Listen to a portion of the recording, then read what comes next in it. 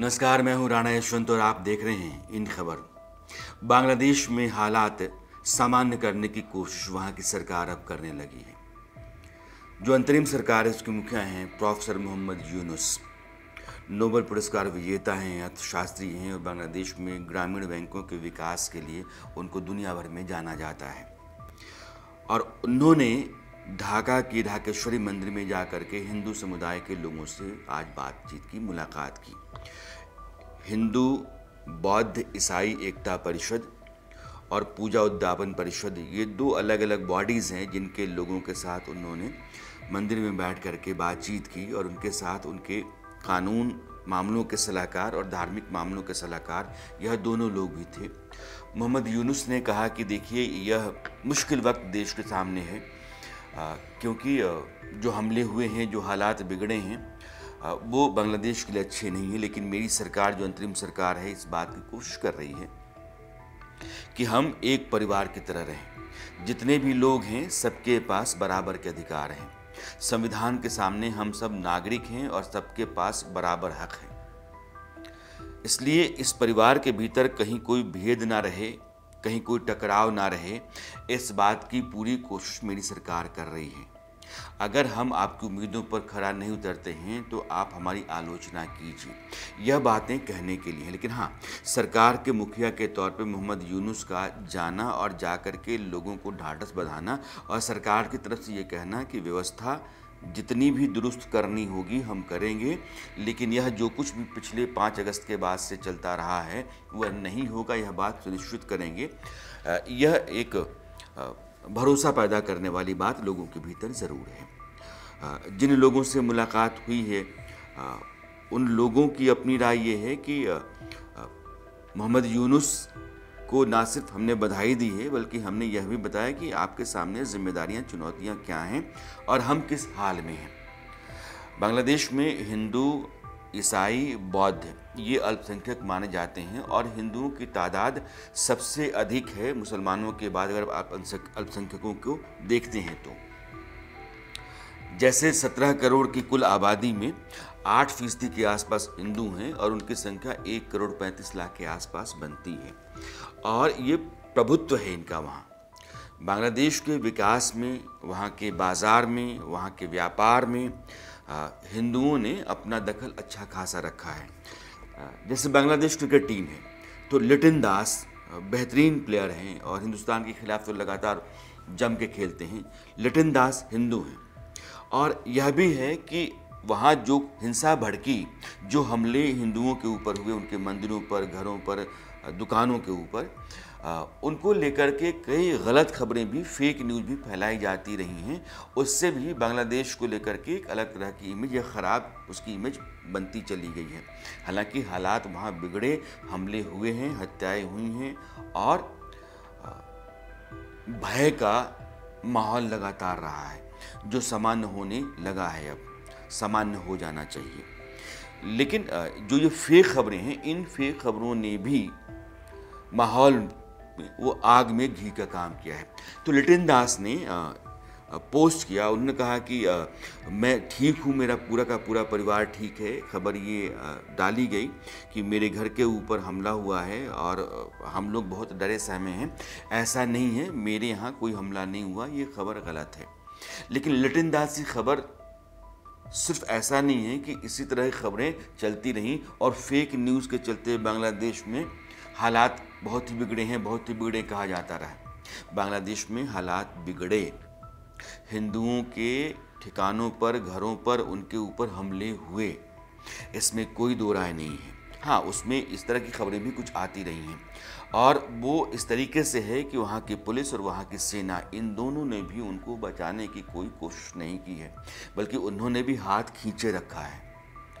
ये फ़र्ज़ बनता है, जब सरकार अस्थिर रहती है, कोई सरकार अभी बनती नहीं हुई है, अंतरिम सरकार की उम्मीद में या गुंजाइश में देश रहता है, तब अधिकारी और सेना, यह दो ऐसे विभाग, महकमे हैं जिनके पास समाज में लोगों की सुरक्षा का जिम्मा होता है। लेकिन इन दोनों ने हाथ खींचे रखा हिंसा को लेकर के बांग्लादेश के भीतर। अब दोनों की तैनाती बढ़ी है और दोनों ने अपना काम संभाला है। लेकिन बांग्लादेश में 5 अगस्त यानी कि शेख हसीना के घर पर जब भीड़ चली और वो सन की भीड़, हिंसा पर उतारू भीड़, क्योंकि पिछले कुछ हफ्तों से लगातार 4-5 हफ्तों से बांग्लादेश में हालात बिगड़ते चले जा रहे थे और वो मरने मारने पर उतारू लोग जब प्रधानमंत्री के आवास की तरफ बढ़े तो शेख हसीना को कोई विकल्प सूझा नहीं और वो हेलीकॉप्टर लेकर के वहाँ से निकली अपने आवास से और फिर एक विमान के ज़रिए वो हिंदुस्तान आकर के गाज़ियाबाद जो हिंडन एयर बेस है वहाँ उतर गई और हिंदुस्तान की मेहमान हैं यही है। और यह बात भी बेहतर है कि बांग्लादेश की तरफ से मैंने कहीं पढ़ा कि यह कहा जा रहा है कि शेख हसीना का भारत में रहना बांग्लादेश और भारत के संबंधों पर असर नहीं डालेगा। ये बात अच्छी है, लेकिन शेख हसीना का बहुत बड़ा समर्थक वहाँ का अल्पसंख्यक समुदाय है बांग्लादेश का, चाहे हिंदू हूँ, ईसाई हूँ या बौद्ध हूँ, तो वो उनकी पार्टी का समर्थन लगातार करते रहे और मुस्लिम समुदाय के बीच में उनका दखल या पकड़ उनकी पहले से है ही। यही कारण है कि पिछले 15 साल से लगातार वो सत्ता में रही हैं और सरकार की मुखिया रही हैं। बांग्लादेश में बहुत बेहतर काम हुआ है। शेख हसीना की अगुवाई में जो सरकार बांग्लादेश में रही है उसने बांग्लादेश की तरक्की को एक नया आयाम दिया है और बांग्लादेश जो पूरे दक्षिण एशिया में एक ब्राइट स्पॉट के तौर पर उभरा, उसमें उनकी सरकार की भूमिका रही है। लेकिन मोहम्मद यूनुस, खालिदा जिया या जमात इस्लामी, यह जो आपको अंतरिम सरकार में लोग या संगठन पार्टियां दिख रही हैं, इन सबों के साथ उनका 36 का आंकड़ा रहा है और इन सभी नेताओं पर गाज गिरती रही है, चाहे खालिदा जिया हो तो या मोहम्मद यूनुस हो तो या फिर जमात इस्लामी के नेता हो तो, उनके प्रधानमंत्री रहते हुए यानी शेख हसीना के प्रधानमंत्री रहते हुए।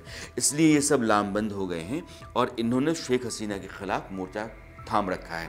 तो जो आंदोलन बांग्लादेश के भीतर छात्रों का खड़ा हुआ, उस आंदोलन को बाद में पॉलिटिकल पार्टीज ने अपने हाथ में ले लिया, या यूँ कहिए कि वो पीछे आ गई और अपने मुताबिक उन्होंने स्टीयर करके शेख हसीना को हटा दिया और अब जाकर के अंतरिम सरकार के जरिए उन्होंने कमान अपने हाथ में ले ली है। लेकिन मोहम्मद यूनुस, चूँकि दुनिया में उनका नाम है, उनको सब लोग जानते हैं, उन्हीं को कमान दी गई कि अंतरिम सरकार में कि मुखिया आप बनेंगे और वो मुखिया के तौर पर हिंदू समाज के बीच में, अल्पसंख्यक समाज के बीच में जा करके अगर बैठते हैं और बात करते हैं, कहते हैं कि नहीं, हम सब एक परिवार हैं और कहीं किसी के ऊपर कोई ख़तरा नहीं है और सरकार इस बात को आश्वस्त करेगी कि किसी भी आदमी के ऊपर कोई भी हमला ना हो धर्म के आधार पर, अल्पसंख्यक बहुसंख्यक के नाम पर, और हालात जितनी जल्दी हो सामान्य किए जाएंगे। तो बांग्लादेश के भीतर अभी जो स्थितियां हैं, मुझे लगता है कि वहाँ से जितनी खबरें आज आई हैं वो ये बताती हैं कि स्थितियां अब सामान्य हो रही हैं और वो डर, जो भय का माहौल था अल्पसंख्यकों के भीतर, वो कमतर होने लगा है और अगले कुछ दिनों के भीतर बांग्लादेश जैसा पहले चल रहा था वैसा हो जाना चाहिए।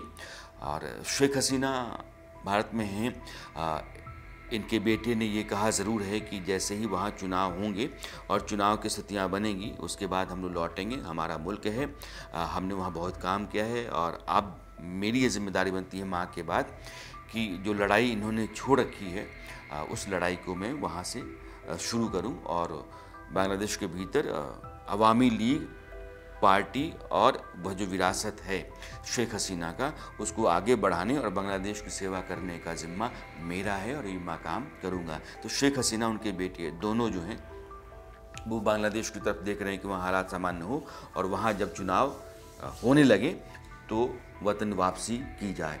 लेकिन वतन के भीतर जो स्थितियां हैं वो भारत चाहेगा कि ठीक हो, क्योंकि वहाँ से हिंदुओं का पलायन और हिंदुओं का आना भारत में एक अलग तरह का संकट खड़ा करेगा जो भारत चाहता नहीं होगा, क्योंकि हम पहले से ही बहुत बड़ी आबादी को लेकर के चल रहे हैं और 1,35,00,000 की आबादी का कुछ हिस्सा भी अगर भारत में आ जाता है तो जाहिर है कि भारत के लोगों के लिए एक दबाव होगा और उस दबाव से भारत मुक्त रहना चाहता होगा और चाहता है। इसलिए वो चाहेगा कि बांग्लादेश के भीतर सब ठीक रहे और जैसे वो तरक्की के रास्ते पर चलता हुआ देश था, एक बेहतर पड़ोसी मुल्क था, वैसा ही रहे। और इस बात की उम्मीद हर भारतीय कर रहा है, भारत की सरकार भी कर रही है।